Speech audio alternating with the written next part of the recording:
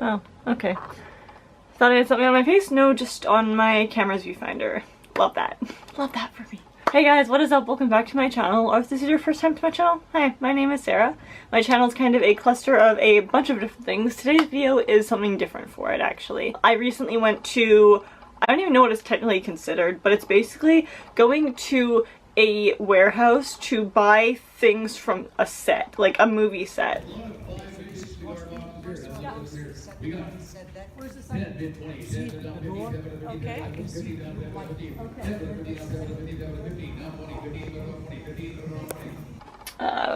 So this movie specifically is called The Man in the High Castle. It's an American television series. The series, loosely based on Philip K. Dick's novel of the same name, takes a look at what the world might look like had the outcome of World War II turned out differently. In this dystopian scenario, the Axis powers won the war, leading to the United States being divided into three parts: an area controlled by the Japanese, a Nazi-controlled section, and a buffer zone between the two. Despite the oppression, a new hope emerges when films turn up that seem to show a different world. A woman believes the films contain the key to freedom and is determined to find their mysterious guardian. Now, I will state, full disclosure, that I have never watched this show. From what I can gather, it has 3 seasons to it, and it last aired October 5th of 2018, so last year, October 5th. From the synopsis, a lot of these props and such that I saw do make a lot of sense.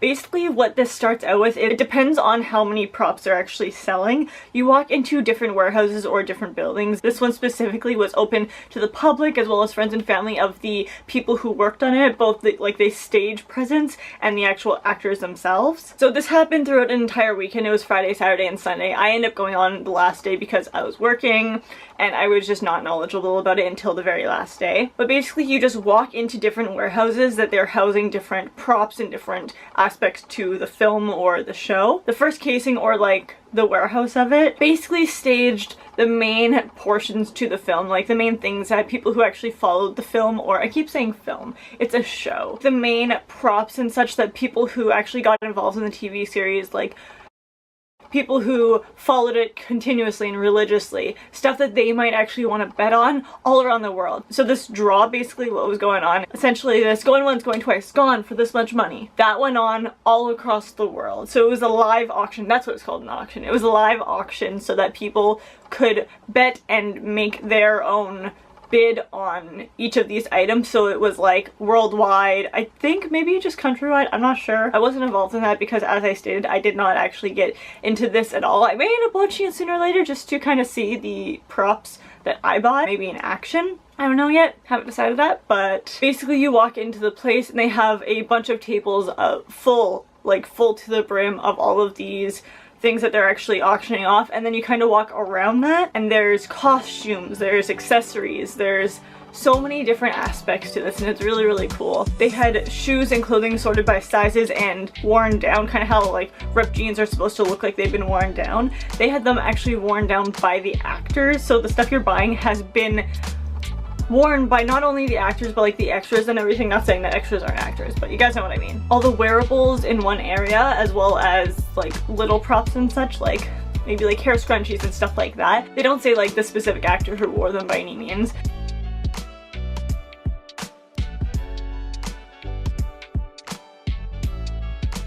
But that was like the first warehouse, and then you continue on and they go into the furniture warehouse, or at least one aspect of the furniture warehouse. This is actually where I bought a table that you guys might be seeing around my room a little bit. I purchased one of them. They were supposed to be together. I will post a picture if I can find it right here. They were supposed to be purchased together, but I only have room for one of them, so I asked if I could split them up, and they honestly just want to get rid of as much as they can.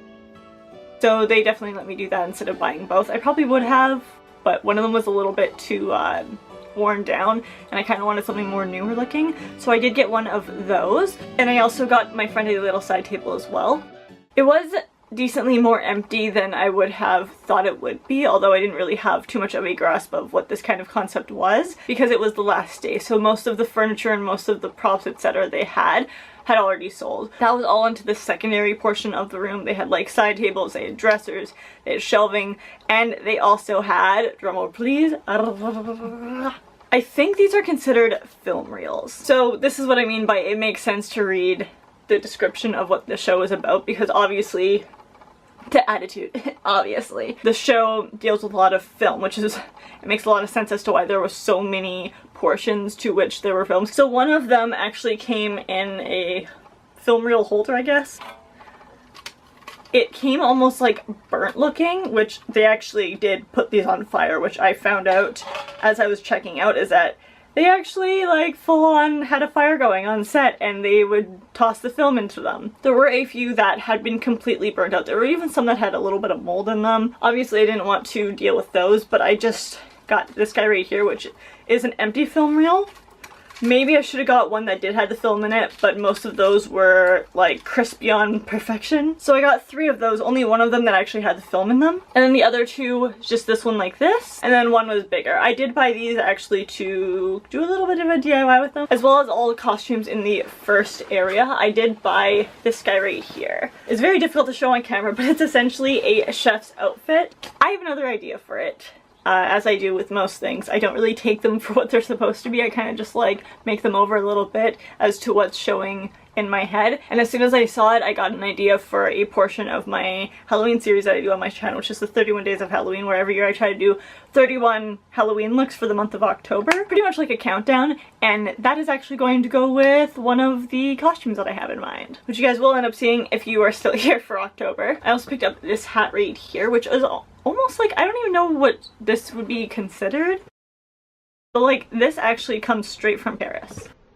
I think this is probably like one of the cutest hats I own, and knowing that it was from an actual show that had been worked on is even cooler, which is generally why I really like this, is knowing that this has actually been on a show based in another time is just actually outstanding to me. And then the third portion of it is going to be another warehouse. The first 2 were joined literally by a door, and the third one you kind of had to walk a little bit to. It was maybe like a 2-minute walk away, or so. Actually technically 4, but the 4th one really didn't have anything in it, so it's not worth all that much of a mention.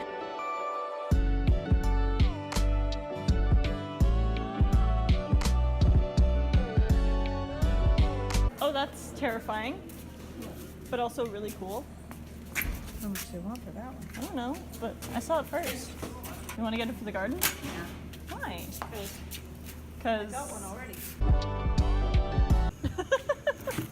Oh my god, okay. So where's the next one? What? Okay, I'm like, there's so many. The third one definitely had a lot more props in it. These are going to be actual like full-on props, like old TVs, and they had a few film reels in it and such like that, which I think is actually the place where I got most of those film reels.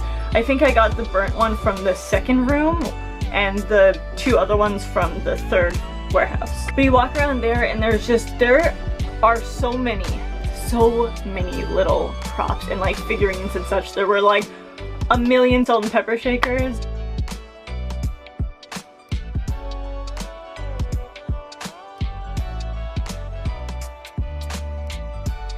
Don't tell me you didn't see the puppy.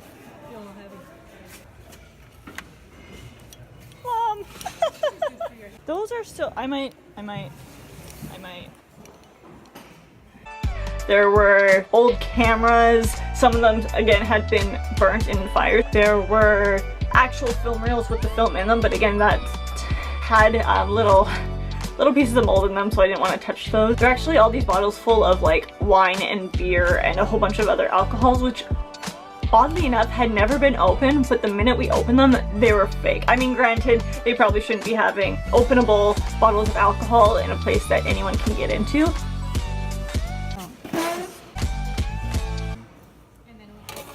So that one would be 50% off, and then That's the only one that had a those price for on 10, it. so 20 for all 3. Okay, and then the glasses. Throw them in. Okay. Old whiskey and beer. It was just a really cool experience, but I had never been to something like this, and I will definitely be going if I am ever invited again. It is completely open to the public, at least I think most of them are. So if you do find one of these in your area, definitely go check it out, because it's definitely worth the experience, especially if it is a show that you've been following. They tend to do these after a show has come to an end, depending on how many seasons there are. I couldn't imagine going to one of these where the show exceeded like more than 3 seasons, because this was on the 3rd day that I went and they still had so much stuff. So like maybe on a show like Bones or like Shameless or something, but they have like a crazy amount of seasons. Like Shameless I think is on season 8 or 9 and Bones lasted 9 or 10 seasons. So imagine the amount of props and stuff that they would have for that. But I did want to make this as a little video for you guys because I thought it was the coolest thing ever. It's almost like kind of like a vlog, but like not exactly. And the last portion I actually got, I technically got for free because like I said, they basically just wanted to like let everything go. And it's these guys right here. I don't know if you'd consider this like a monocle, and it's kind of dirty as is. These guys right here, they just included, I did pick them up to purchase them, but as I said, they just want everything gone, so they just basically said like, just take them, whatever. But these are probably the coolest thing. I have no actual like thing in mind for what I want to use these for. I might just hang them up on my wall or just keep them in a memorabilia place, but as soon as I saw these, I fell in love with them because they're so cool. They're like little glasses, but they have yellow lenses, and I don't know. I like little things like this. There's no reason behind it. I just really love them. Let me know if you guys are like interested in this kind of stuff, like in the film world and such like that, because I am definitely interested, and especially with like props and stuff. Like that's exactly why we got notified of this, because one of my mom's friends works in the business of making props and like working on films and such, and she thought because of my channel that I'd be really interested in it, and she was not wrong. But that is it for today's video, and I do hope you guys enjoyed, and I'll see you in the next one. Bye guys!